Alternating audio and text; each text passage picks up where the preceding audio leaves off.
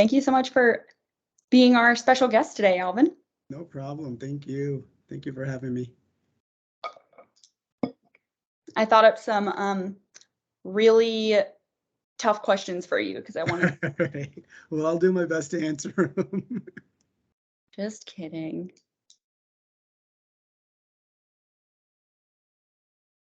Well, I guess we can go ahead and get started. Normally I read a short little bio. Alvin, do you want me to read your bio? Do you want to give us a little short bio? I think everyone hopefully is familiar with you, but for anyone who doesn't know your background, it's always a good little catch up. Yeah, sure. I could talk a little bit about myself. So I joined the mortgage industry. Well, I fell into the mortgage industry, probably a lot similarly to a lot of you guys, because I don't think anybody actually went to school to do mortgages. We somehow just ended up over here. For me, it was my first job right out of college, and I started off as a processor for I guess it was for about 3 or 4 months, and then slowly they realized that I'm not as detail oriented as I should be, but I can speak pretty well, so they moved me over to an LOA position. I did that for about 6 months, loan officer, and then so on and so forth. I started my first mortgage company when I was in 2005. So if you can imagine, for those of you that have been doing this long enough, right, that 2007 was a very tough year for the mortgage industry. And so I went from thinking that, oh yeah, this is awesome, I know what I'm doing here, all the way to just kidding, this is the mortgage industry, which was a really unique year for myself as a family as well, because I also got married that year. And my wife was also part of the mortgage industry. So we went from one extreme of being, successful in mortgages to the other end of it, to where it was like, oh crap, now we got to swim, and we're going to keep swimming till we actually make this work. And so that was 2005, 2007, I guess, when the market shifted. But we hung in there, and a lot of the people that worked with me during that time frame still part of First Option, and so I'm thankful for the loyalty and the I guess the trust, and so we just kept pushing through it, and from one thing to the other, then led to First Option, eventually led to becoming an owner in First Option, and then just continued growing from there. So this industry overall has been a blessing, for myself, for my family, and we love it. Well, good. That is a great background. Thank you. And that actually kind of segues perfectly into a question we just got from Clay, because as everyone on this call knows, right now is also a crazy time of change in the mortgage industry. So Clay's question is, what have you learned about leadership or in your leadership style specifically through this time of change?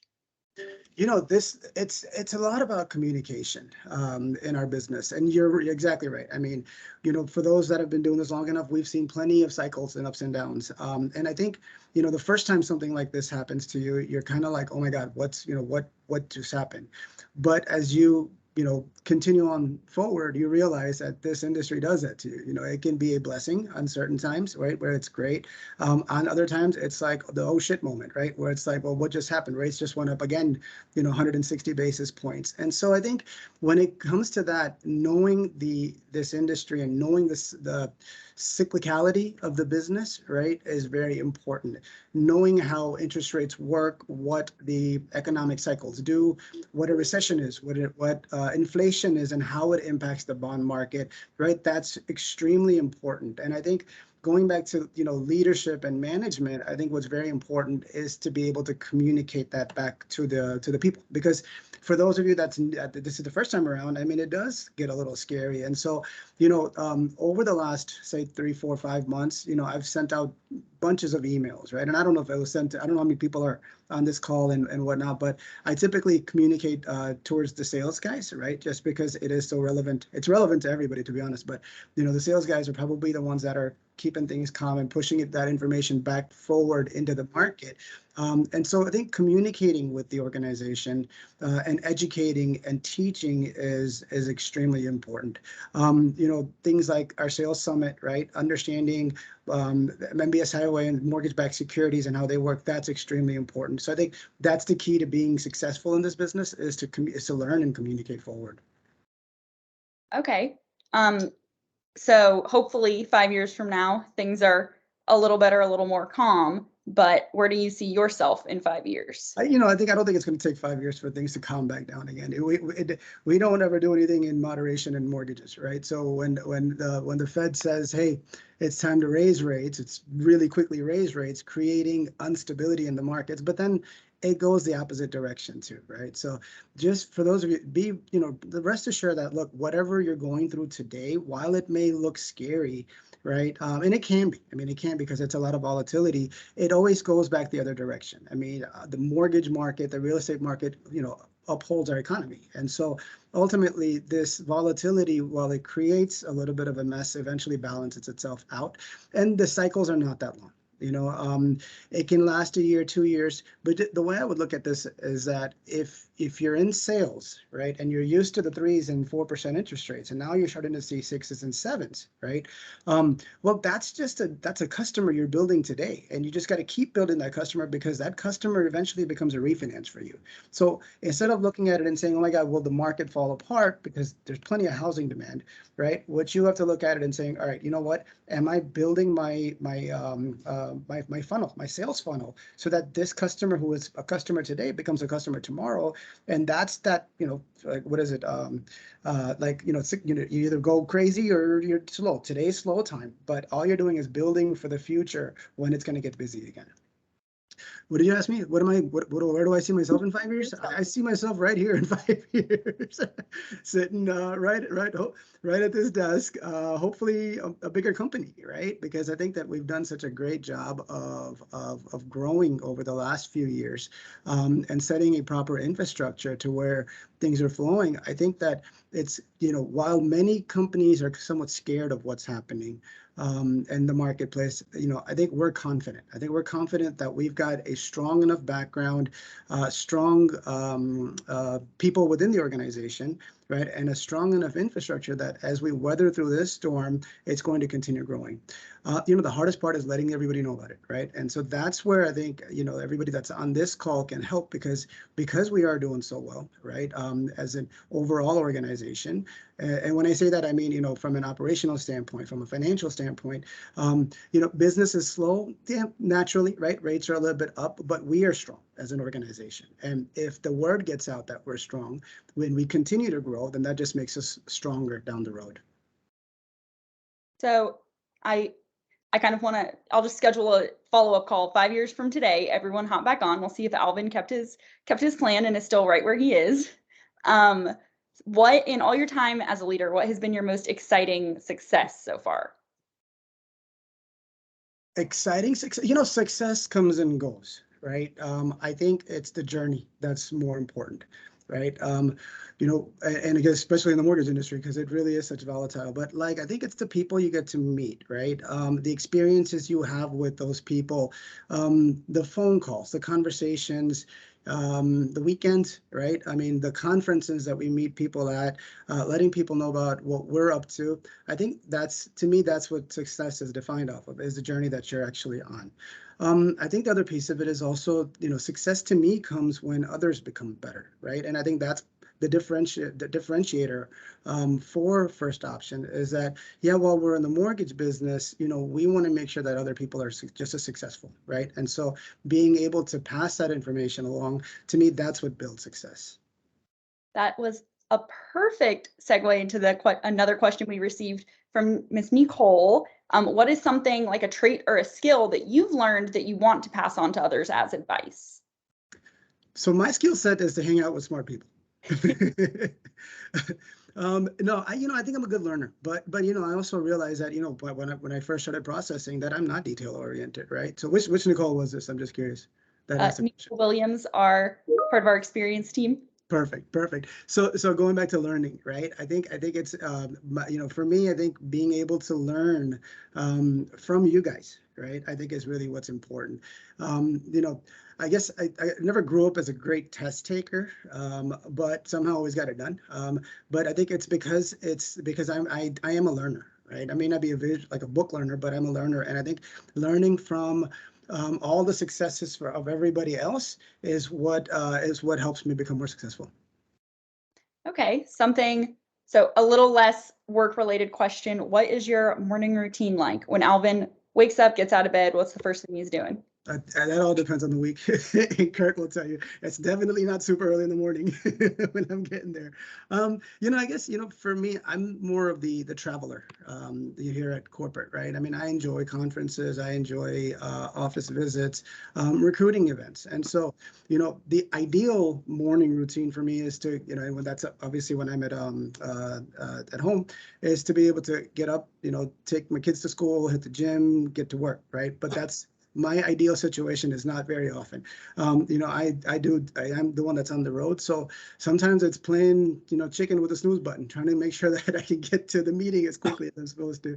I've gotten a lot better. I'll tell you from before to now, I have gotten much more diligent on my timing. But yeah, my routine is different. I mean, I will tell you what I do that's probably very consistent in the mornings is I'm a reports guy. So one of the things that I like to do, first thing before my day gets going is start looking at all the reports that I analyze, right? Because those reports are what then set me up for what the rest of my day looks like. Okay. We have another question from the audience. Tom Hobbs would like to know, how many selfies do you take in a day? I didn't get to get the question out. You just started laughing as soon as you heard who it was from. I knew what the question was going to be too, right before you even said it. Tom, when you're around, I like to take a lot of selfies. But besides that, not that much into selfies. Okay. Do you have a mentor or someone you would consider a mentor? What are they like, and what do they teach you about how to succeed? Yeah. Lots of mentors in my life, right? It's, the way I look at what mentorship is that I think everybody is in your life is a mentor. Everybody in this call is a mentor. Kurt, Sohail, I mean, people that I've surrounded myself with, right? And again, I said that earlier, right? Are all mentors. And that can be something as simple as learning how, getting advice from somebody on what to do at home with family, with children as the kids are growing up. Mortgages, what's happening in the marketplace and how is the industry shifting. I mean, to me, when I talk about a mentor, I talk about anybody that can potentially teach me something, right? And I will tell you, have as many of those as possible, because there's no such thing as not enough learning. Okay. Is there a time when you made a mistake as a leader and had to overcome kind of, a failure or a pitfall or something like that? Every single day. So how do you overcome those? So, you have to learn from it, right? If you're not making mistakes, you're not trying hard enough, right? So I think that's one thing is that, don't ever be scared to make a mistake, because, it's those mistakes and those experiences that you have from those mistakes that helps you grow, right? But at the same time, you have to learn from it too, though, because, I mean, if you don't learn from it, you don't want to make the same mistake over and over again, right? And I think that if you've got a good moral code, the mistakes will happen, but you know what? It'll be fine. It'll be fine as long as you learn. Okay. Russell Hillier would like to know, what advice do you have for a new branch that's just getting started? In this market, a new branch that's getting started, stay diligent, right? Don't give up, because you know what? It is always a tough time, right? For new brands to come into a new system when the market's shifting, you don't know the people that you're really working with. I think it's the networking piece of it is important. So actually, Russell, your timing was actually pretty good, because you got to meet a lot of first option, right, at the sales summit. So I think that having open communication with all of your peers, that's really important. And I'll give you guys a story. Actually, my first month at first option, right? When I was a new kid on the block, right? I think that was part of the success also came from the people within first option that coached me through what to do and what not to do. And I specifically still remember conversations with some of the other area presidents about, hey, how is my process hurting their process, because at that time rushes and this and that, and so being able to have those conversations with others in the same role as you, right, that's going to go a long way, because it's best to learn from other people's mistakes. Right now, again, you can make your own mistakes, but if you can learn and avoid some of those mistakes, then by all means, why not, right? And I'll tell you, I think one of the things that's really cool or good about first option is the culture that we have. It is a very open door culture. And I don't mean that just from a corporate standpoint. I mean, you could pick up the phone and call somebody at corporate or anybody at corporate, and yeah, they'll be there. But I will tell you, even from a brand standpoint, I mean, if you pick up the phone and call any other branch manager or loan officer or anybody and say, hey, what do you think about this? Or can you talk me through this particular program? Or how does this work? I think you're going to see that everybody's very willing to share. Okay. So something a little not, I guess, definitely not mortgage related. If you weren't doing mortgages, you weren't in the mortgage business, what else would you be doing? Sitting at the beach.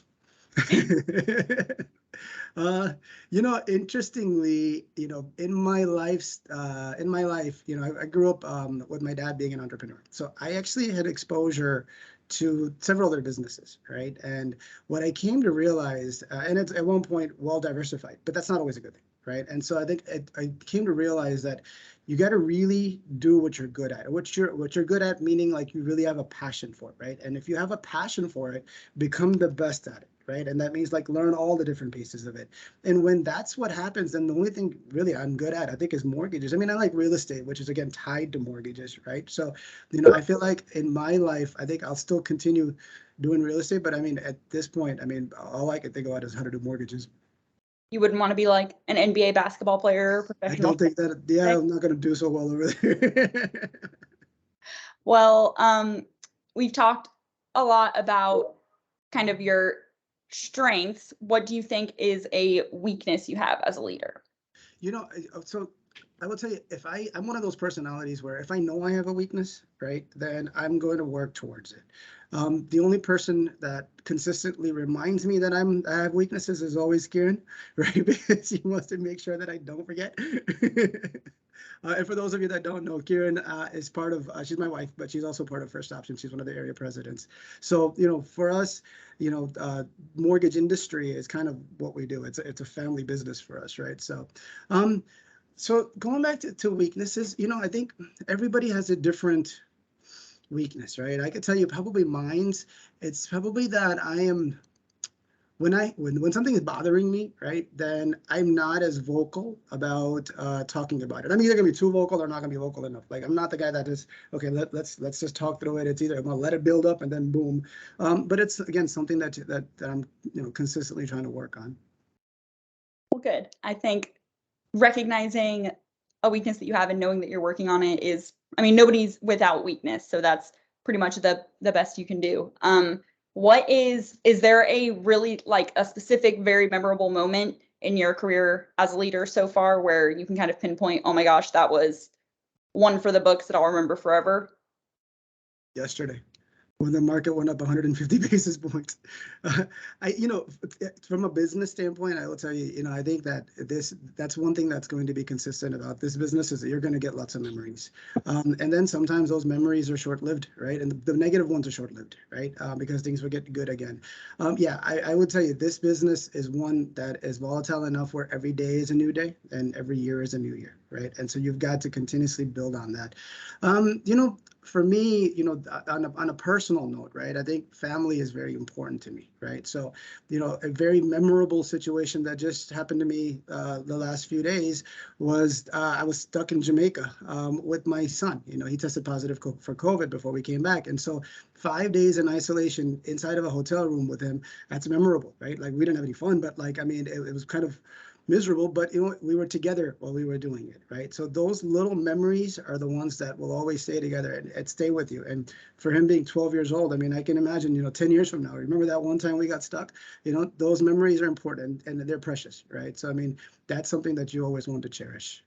You didn't have any fun in the whole 5 days? Honestly, it was like resort prison. I mean, they Oh, literally, yeah, we could not leave the room. It was the worst room on the resort, and they would leave food outside, and we would take it in, we would eat it, and we'd put it back outside, and that was about the most interaction we had from the outside world. Now, it was cool though because I mean, I'm not very tech smart, but my 12-year-old is, so he figured out how to hook up my laptop to the TV and download Netflix. So we were able to spend 3 days watching lots and lots of movies. well, good. That's good. At least you got definitely some memories out of it. I'm Some sure it's memories out of not it, soon to yeah. be forgotten. And we're glad you finally made it back. So you talked about family. If you had to like pick someone or a group of people to dedicate your success to, would it be your family? Is there anyone else that kind of comes to mind? Yes, starts with the family, right? Because I think a lot of my learnings came at a young age from my dad, because he was an entrepreneur. So, looking at those, mistakes, successes, right, from my dad, and then helping, grow together, right? That was a starting point. Obviously, Kieran, right? we're living the life together now. So learning things from there. I've got Kurt, I've got Sohail, right? So is my cousin. So, there's family there. So I think it definitely starts at the family level, but it doesn't stop at the family level, right? Because as part of the mortgage industry, specifically for mortgages, one, I guess, strength I do have is that I do like to get out there and talk to people, right? So being part of different organizations allows me to meet different people, and those people are also part of my successes, right? Thankful for what I've learned, right? And I do think that I'm at a place now where it's give back time, right? So when we're at conferences, we're not, while we're taking in information, I do feel like we're also giving a lot of information, and hopefully we're making this industry a better place to be. Okay. What would you say has been the biggest leap of faith so far in your career? Joining the mortgage industry. Yeah, no, seriously. I mean, honestly, it was one of those where situations where I fell into the industry, right? And so that, and then all the ups and downs and all the changes. It's a leap of faith to be in mortgages. But I can tell you one thing. I mean, it is very rewarding, right? And I tell people, a lot of people join mortgages, a lot of people don't make it. You got to push through. You definitely have to push through. You have to believe that that this is going to get you where you want to get, right? And not give up, right? And for those of us that actually make it to the other end, it's amazing. But yeah, I mean, this industry in itself, being a part of it is a leap of faith.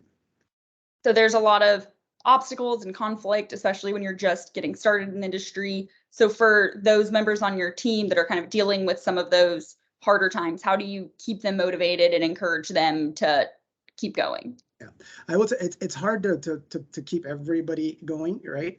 But together we're a family, right? And I think that that's the most important part, is to know that, look, whether you're sitting in an office in I don't know, in Arizona, or you're in Indianapolis or in Florida, right? Your peers around you, right? That's somebody that's going to be able to help you. Make friends with the people that have been doing this for longer, because they're going to be your biggest support system, right? Make friends with other people within the organization, right? Because then it's easy to pick up the phone and call them and say, hey, what do you think about this? Make friends with Housing Wire, right? Educate yourself, become better, get more acclimated to the Mortgage Bankers Association, and look for scholarships, diversity scholarships, for further education of yourself, right? I think by doing that, you naturally become more intelligent about the business you're in. Don't just be a salesperson, right? Learn your business. What's the next step in your business, right? Use the tools and the resources that are around you, right, to be able to climb to the next level. Okay. So when you're outside of work, how do you relax, have fun, let off some steam when it's been a crazy week? What's your go-to? Yeah, I don't have one of those. It's as much as we've got at home, we have off time, right? Where it's like, okay, no work talk, but somehow, somewhere, it always slips in. And I think, interestingly, as my children are getting older, right, they're showing interest. And so, whether it's mortgages or real estate, like, I'm starting to get questions over there. And Alex, I'm hoping that, I was hoping this summer, but looks like next summer Kyle will be interning with you. So Oh, it's going to be one more member of the family that's going to be. I was just gonna ask, do you think they'll grow up and want to be part of the industry as well? It's my job to introduce them, right? Ultimately, it's their decision what they want, but it's like what my dad said to me, right? Whatever, stick to, do what your passion is, and then become really good at it. So as long as they follow that motto, I'm fine with it. But yeah, I would love for them to have more exposure in the business, right? Just so that they understand, hey, what is it that mommy and daddy do for a living?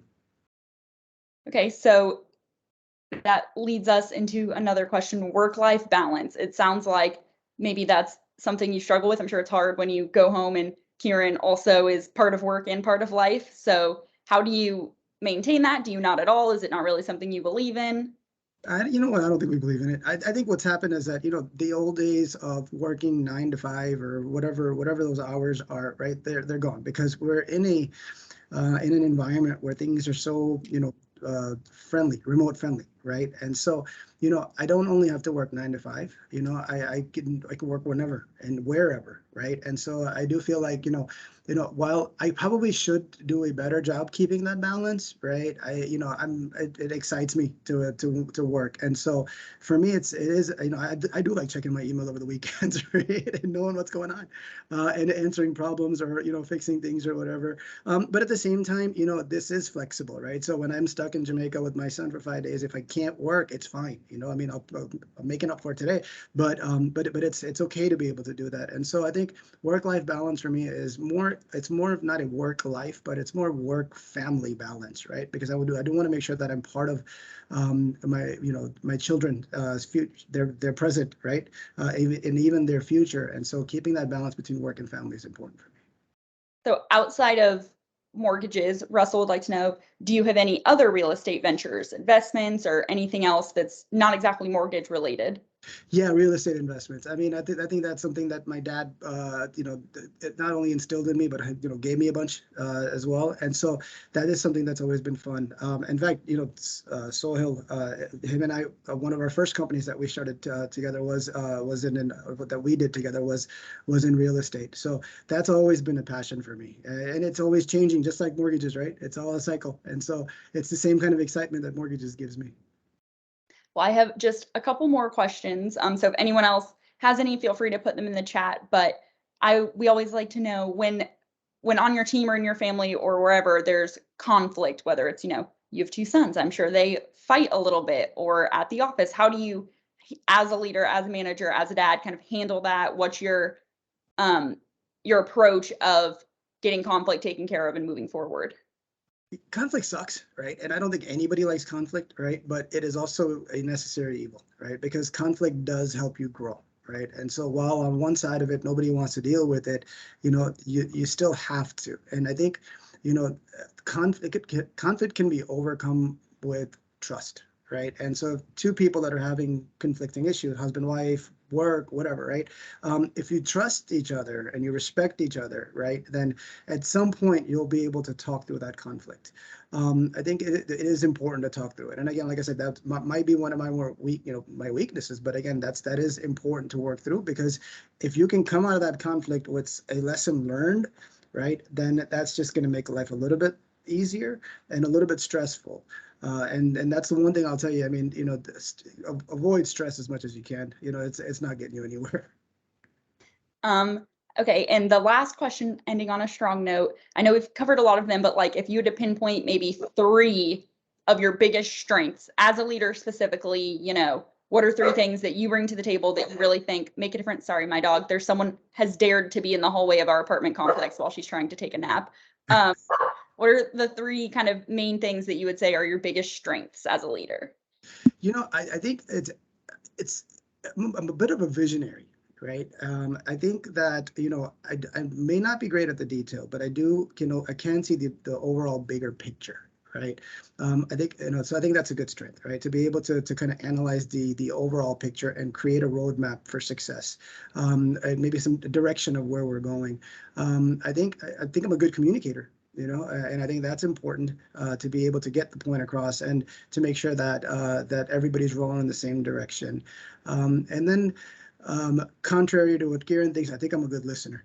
I do, I listen. I mean, I want to know what others are saying, right? Because, like I said, to me, there's so many mentors out there that if you're listening to those mentors, right, and you're learning, then you're moving forward. So I would say that those are probably my 3 strengths, and I like to have fun.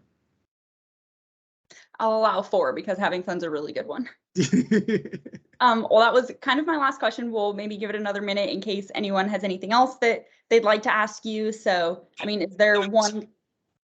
Oh, does someone have a question? Do they come off mute? I guess while we give one last minute, is there a final thought that you would like? We have a good group. There's about 60 people on our call. Kind of one final Alvin's last words of keep in mind as we finish the call and go into the rest of our day and kind of into the rest of the year of craziness. Yeah.